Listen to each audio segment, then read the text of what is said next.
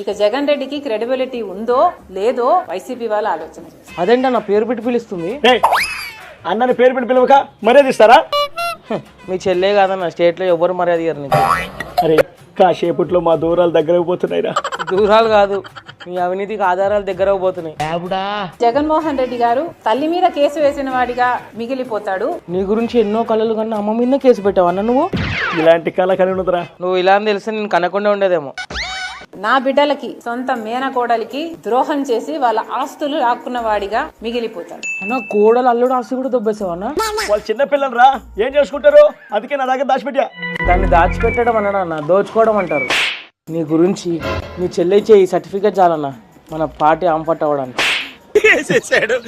చెల్లైని కూడా ఏదో ఒకటి చేయాలరా. ఆల్రెడీ మన గురించి తెలుసు, చూపిస్తా.